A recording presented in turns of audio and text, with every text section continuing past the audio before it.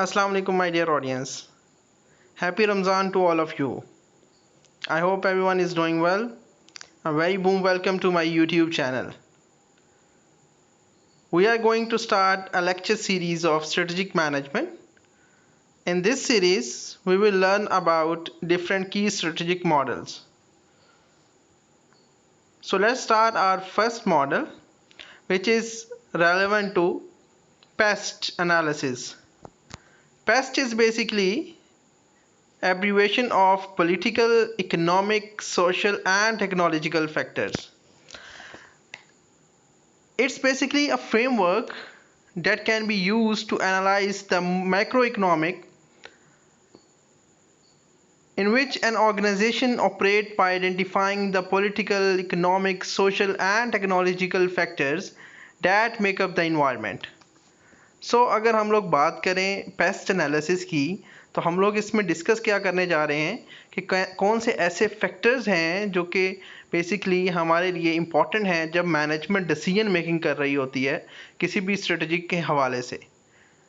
तो मैनेजमेंट इसको किस तरह से यूज़ कर सकती है डिफरेंट फैक्टर्स को आइडेंटिफाई करने के लिए ऑर्गेनाइजेशंस में, डिफरेंट स्ट्रेटजीज़ को मेकअप करने के लिए, उनको इवेल्युएशन करने के लिए वहाँ पर यूज़ होता है हमारा ये पेस्ट एनालिसिस। अगर हम लोग बात करें तो ये सारे के सारे फैक्टर्स एक ही हम लोग कहें कि ऑर्गेनाइजेशन में और एक ही सिनेरियो में फिट ऑन होते हैं तो मे भी ऐसा नहीं हो सकता है कि ये किसी सिचुएशन में ये सारे फैक्टर्स हम लोग कोई ऑर्गेनाइजेशन इनकॉर्पोरेट कर रही हो और मे भी हो सकता है कि किसी में भी ना करे। ठीक है, तो चलें डिस्कस कर लेते हैं कि बेसिकली क्या फैक्टर्स हैं और किस तरह से ये इफ़ेक्ट कर सकते हैं। अगर हम लोग बात करें पहले फैक्टर की तो वो है पॉलिटिकल एंड लीगल फैक्टर्स।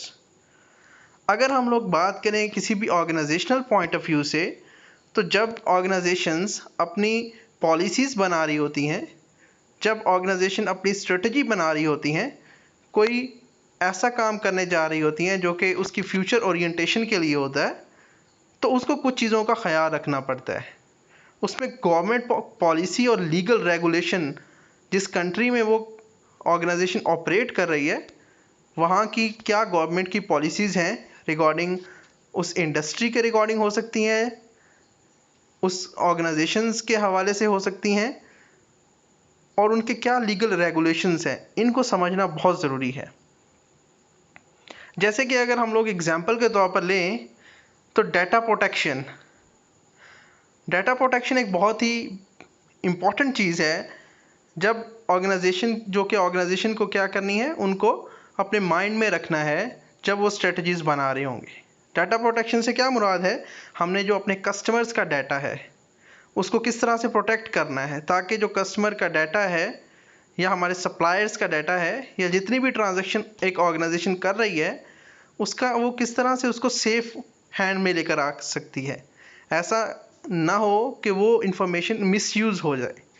तो हम लोग ये जानते हैं कि स्टेक होल्डर्स जितने भी होते हैं ऑर्गेनाइजेशन में, कंपनी का जो मैनेजमेंट है उसका जो मेजर रिस्पॉन्सिबिलिटी ये होती है कि उनके राइट्स का, उनकी डाटा की प्राइवेसी का, हर एक चीज़ का ख्याल रखना ज़रूरी होता है। तो डाटा प्रोटेक्शन के हवाले से जो कवानीन बनाए गए हैं गवर्नमेंट की तरफ से वो डेफिनेटली एक इम्पॉर्टेंट जो है वो रोल प्ले आउट करते हैं जब भी आप कोई स्ट्रेटजी की इम्प्लीमेंटेशन की तरफ जा रहे होते हैं या स्ट्रेटेजिक डेवलपमेंट की तरफ जा रहे होते हैं। फिर हमारे पास हेल्थ एंड सेफ्टी के हवाले से है, ये एक बहुत ही इंपॉर्टेंट चीज़ है। हेल्थ एंड सेफ्टी की बात करें अगर हम लोग तो हम देखते हैं कि डिफरेंट ऑर्गेनाइजेशंस हैं जो कि मल्टीपल प्रोडक्ट्स बना रही हैं। उन प्रोडक्ट्स का जो कम्युनिटी है हमारी, आप जानते हैं कि जो हमारे स्टेक होल्डर्स जितने भी हैं उनमें एक बहुत ही इंपॉर्टेंट स्टेक होल्डर्स हमारी आम पब्लिक है। स्टेक होल्डर्स वो लोग होते हैं जो कि जिनका किसी ना किसी तरीके से कोई ना कोई फ़ायदा जुड़ा हुआ होता है, किनके साथ डायरेक्टली या इनडायरेक्टली जुड़ा हुआ है फ़ायदा उस ऑर्गेनाइजेशन के साथ। तो एक पब्लिक एक बहुत ही इम्पॉर्टेंट स्टेक होल्डर है किसी भी ऑर्गेनाइजेशन के लिए, जो कि जनरल पब्लिक है, जिसका कोई डायरेक्ट लिंक नहीं है, वो कस्टमर्स की सूरत में नहीं है, ना कोई सप्लायर की सूरत में है, ठीक है, बट उनकी हेल्थ एंड सेफ्टी के स्टैंडर्ड्स को मेंटेन करना बहुत ज़रूरी है। लेट्स सपोज कि एक ऑर्गेनाइजेशन ये स्ट्रेटजी बना दी है कि उसको अगले साल, एक शुगर इंडस्ट्री है, उसको अगले साल जो हम लोग कहते हैं कि शुगर की प्राइसेस हाइक पे जा रही हैं, बहुत ज़्यादा बढ़ रही हैं, तो उनको क्या करना है, स्टॉक ज़्यादा करना है, शुगर ज़्यादा बनानी है, उसके लिए उनको ज़्यादा वो चीज़ें को जो प्रोडक्शन में उनकी यूज़ हो रही हैं, शुगर केन और बाकी चीज़ें, उसको ज़्यादा यूज़ करना है, उसकी प्रोडक्शन का ख्याल रखना है। ठीक है, तो जब वो चीज़ें बनाएंगे तो वहाँ पर जो उसका वेस्ट है उसको उन्होंने अच्छे तरीके से उसको डिस्पोज ऑफ करना है, ताकि जो पब्लिक की हेल्थ है, पब्लिक की सेफ्टी है, उसका ख्याल रखा जा सके। तो जब भी ये स्ट्रेटजी बनानी है कि हम लोगों ने अपनी प्रोडक्शन को इस तरीके से बढ़ाना है, तो उसमें ये बात का ख्याल रखना है कि हमारी इस स्ट्रेटजी से हमारी जो पब्लिक हेल्थ है, पब्लिक सेफ्टी है, उस पर कोई इम्पेक्ट ना पड़े। ये एक इम्पॉर्टेंट इंडिकेटर्स है, इम्पॉर्टेंट फैक्टर है जो कि आपको हेल्प करता है जब भी आप लोग अपनी स्ट्रेटजी कोई भी डेवलप कर रहे होते हैं। फिर आप लोग बात करते हैं टैक्सेस की। टैक्सेस एक बहुत इंपॉर्टेंट चीज़ है। अगर हम लोग बात करें गवर्नमेंट के हवाले से, तो गवर्नमेंट की जो रेवेन्यू है या गवर्नमेंट की अर्निंग्स हैं, बेसिकली वो तो सारी की सारी बेस ही किस पे कर रही होती हैं, टैक्सेस पर। और टैक्सेस कौन सा, वो टैक्स जो गवर्नमेंट ऑर्गेनाइजेशन से लेती है उनके प्रॉफिट के अगेंस्ट। कितना प्रॉफिट कमाया आपने, उन प्रॉफिट के ऊपर 30%, 35% जो भी टैक्स रेट जो है वो लगाना है, उसके मुताबिक टैक्स लगाते हैं।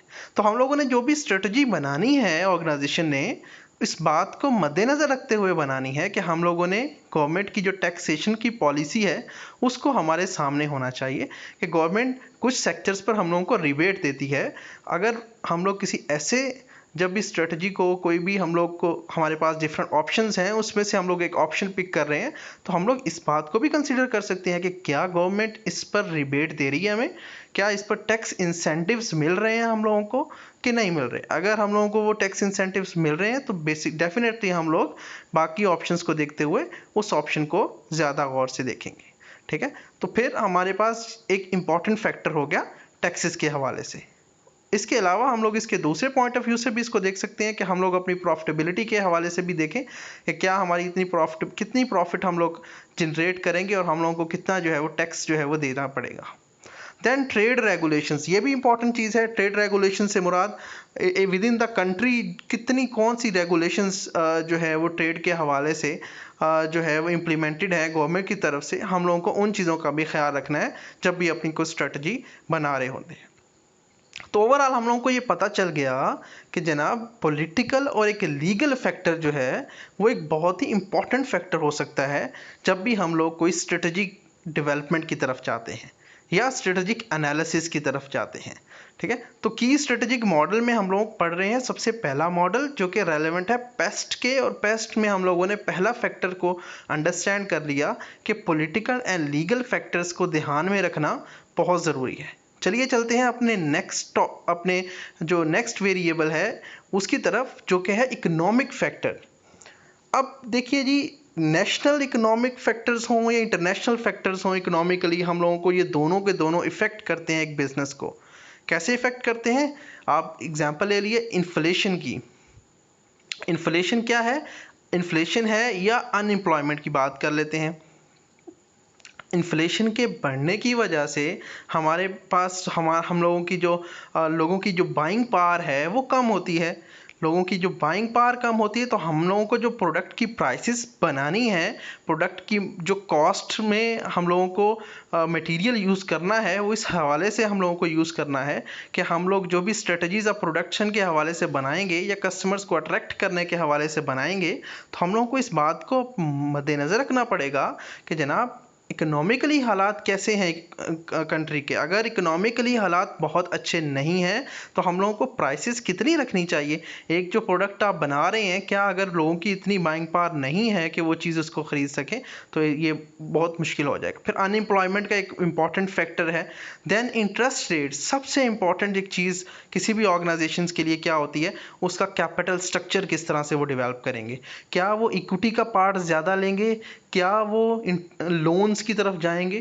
तो ये सबसे ज़्यादा इम्पॉर्टेंट चीज़ है। इंटरेस्ट रेट्स, जो स्टेट बैंक ऑफ पाकिस्तान हमारे इंटरेस्ट रेट इशू करता है, काइबोर प्लस जो भी जो है वो चलते हैं रेट्स। तो हम लोग अगर बात करें तो जो इंटरेस्ट रेट्स हैं, अगर तो इंटरेस्ट रेट्स बहुत हाई हैं तो उसका क्या इफ़ेक्ट होगा, लोन कम हो हम लोग ले सकते हैं। वहाँ पर जो ऑर्गेनाइजेशन है उसको स्ट्रेटजी उसकी चेंज हो सकती है, उसको मॉडिफाई करना पड़ सकता है, तो ये एक इम्पॉर्टेंट जो है वो रोल प्ले कर सकता है। फिर एक्सचेंज रेट्स जो हैं वो भी बहुत इंपॉर्टेंट है। एक्सचेंज रेट्स के हवाले से अगर बात करें, डॉलर के मुकाबले में रुपए की कदर क्या मुस्तहकम है या चेंज हो रही है रैपिडेटली, क्योंकि ऑर्गेनाइजेशंस ने, बिजनेसेस ने, जितनी भी उनकी इंपोर्ट एक्सपोर्ट्स के बिजनेस होते हैं या कोई भी बिजनेस है, वहाँ पर उन लोगों को इस बात का ख्याल रखना है कि उनकी जो बेसिकली एक्सचेंज रेट्स है वो कितना इफ़ेक्ट करेगा उनकी जो बेसिकली प्रॉफिटेबिलिटी की रेशो है उसको। तो एक्सचेंज रेट का भी हम लोगों को ख्याल रखना पड़ेगा, ये भी एक इम्पॉर्टेंट जो है वो इकोनॉमिक फैक्टर। फिर टैक्स लेवल्स जो हैं, जो गवर्नमेंट डिफरेंट टैक्स लेवल्स बनाती है कि इतनी इनकम पर या इतने प्रॉफिट पर या इतना हम लोगों को, आप लोगों को, बिजनेसेस को जो है टैक्स देना पड़ेगा। रेट जो मुकर्रर किए जाते हैं टैक्सेस के, उसके हवाले से भी चेक करना होगा कि हम लोग किस जो है वो पैराए में आएंगे और हम लोगों को कितना जो है वो टैक्स जो है वो देना पड़ेगा। फिर हम लोग बिजनेस साइकिल की बात करते हैं और ट्रेंड इन नेशनल इनकम्स की बात करते हैं, तो ये भी एक इम्पॉर्टेंट फैक्टर है इकोनॉमिकली। इंटरनेशनल ट्रेड एक बहुत इंपॉर्टेंट फैक्टर है। आपकी ट्रेड किस तरह से हो रही है, आप कोई ऐसी स्ट्रेटजी बनाने की कोशिश कर रहे हैं जिसमें आप अपना माल बाहर भेजने की ट्राई में हैं। अगर हम लोग कोविड की सिचुएशन देखें जो आजकल करंटली चल रही है, इसमें हमारी इंटरनेशनल ट्रेड बड़ी बुरी तरह से मुतासिर हुई है और इसकी वजह से क्या हुआ कि जो हमारे पास जो माल यहाँ से किसी भी दूसरे मुल्क में भेजना या वहाँ से मंगवाना काफ़ी डिफ़िकल्ट हो चुका है। तो यहाँ पर हम लोगों को अपनी स्ट्रेटजी बनाते हुए इस बात को भी कंसीडर करना है कि इंटरनेशनल ट्रेड किस तरह के हालात चल रहे हैं, क्या वो हमारे लिए पॉजिटिव हैं या हम लोगों के लिए नेगेटिव हैं, उसके मुताबिक हम लोग अपनी स्ट्रेटजीज बनाएंगे। तो ये भी एक इंपॉर्टेंट फैक्टर है जो हम लोग जब भी कोई स्ट्रेटजी फॉर्मुलेट कर रहे होते हैं तो हमारे माइंड में होना चाहिए। देन हम लोग कुछ सोशल फैक्टर्स की बात करते हैं। चले हमने कर लिया डिस्कस के जनाब पॉलिटिकल और लीगल फैक्टर्स हैं, इकोनॉमिक फैक्टर्स हैं जो कि इफ़ेक्ट कर सकते हैं। फिर सोशल फैक्टर्स का समझना, जो जैसे कि डेमोग्राफिक्स फैक्टर्स हैं, लोगों की एज, एवरेज एज क्या है उस इलाके में, ठीक है, उनकी बर्थ का रेट्स क्या हैं, डेथ रेट्स क्या हैं, उनकी एथनिसिटी के हवाले से बात करना, उनके कल्चर के हवाले से डिस्कशन करना, ये बहुत ज़रूरी है जब भी आप लोग मार्केट में जाना चाह रहे हैं, क्योंकि आपने मार्केट में अपनी प्रोडक्ट को बेचना है। तो ये सोशल फैक्टर्स को आपको जो है वो माइंड में रखना होगा जब भी आप लोग मार्केटिंग स्ट्रेटजीज बना रहे हैं। चाहे आप कोई भी मार्केटिंग स्ट्रेटजी की तरफ जाते हैं तो आप लोगों को मार्केट के उस मार्केट में, चाहे वो नेशनल मार्केट हो जहां पर आप लोग ऑपरेट कर रहे हैं, जहां पर प्रोडक्शन कर रहे हैं, या इंटरनेशनल मार्केट हो, वहां पर आपको कुछ सोशल फैक्टर्स जो हैं उनको समझना बहुत ज़रूरी है। और जो हमारी एचआर डिपार्टमेंट है उसके लिए, किसी भी ऑर्गेनाइजेशन के एचआर डिपार्टमेंट के लिए ये बात को जानना बहुत ज़रूरी है कि कौन कौन से ऐसे सोशल फैक्टर्स हैं जो कि उनकी स्ट्रेटजी पर इफ़ेक्ट कर सकते हैं। तो सबसे पहले इनकम डिस्ट्रीब्यूशन की बात कर लेते हैं कि इनकम की, वेल्थ की डिस्ट्रीब्यूशन किस तरह की है एक कंट्री में, उसको हम लोगों को जानना बहुत ज़रूरी है। और then attitude to work and leisure, कि लोगों का एटीट्यूड क्या है वर्क के हवाले से। क्या वो, अगर हम लोग जापानीज़ की बात करें तो बहुत ही मेहनती कौम है, वो बहुत ही रोबोटिक टाइप कौम है जो कि उनको जिस काम पे लगाया जाता है वो उस काम को कंप्लीट करते हैं। अगर हम लोग यूरोपियन कंट्रीज़ की बात करते हैं, अगर हम लोग पाकिस्तानी कॉन्टेक्स्ट या एशियन कॉन्टेक्स्ट में बात करते हैं, तो हम लोगों को थोड़ा समझा जाता है कि हम लोग हार्डर वर्क करने वाले लोगों में से नहीं है, कि बहुत ज़्यादा हार्ड वर्क नहीं है, ठीक है, हार्ड वर्किंग हम लोग पीपल नहीं है। तो लोगों का एटीट्यूड भी हम लोगों को समझना है कि लोग किस तरह से हैं, क्या लोग किस तरह से काम करना चाहते हैं बेसिकली, और उनका वर्क के हवाले से किस तरह सा एटीट्यूड है।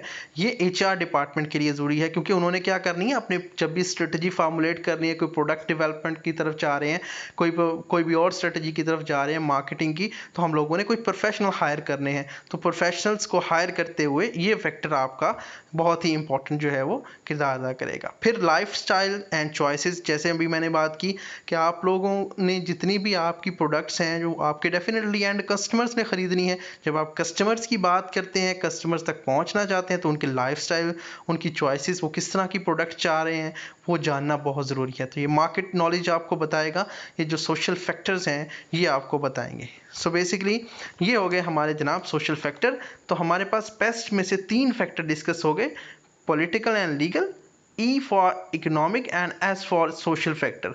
Let's discuss the last factor which is relevant to technological.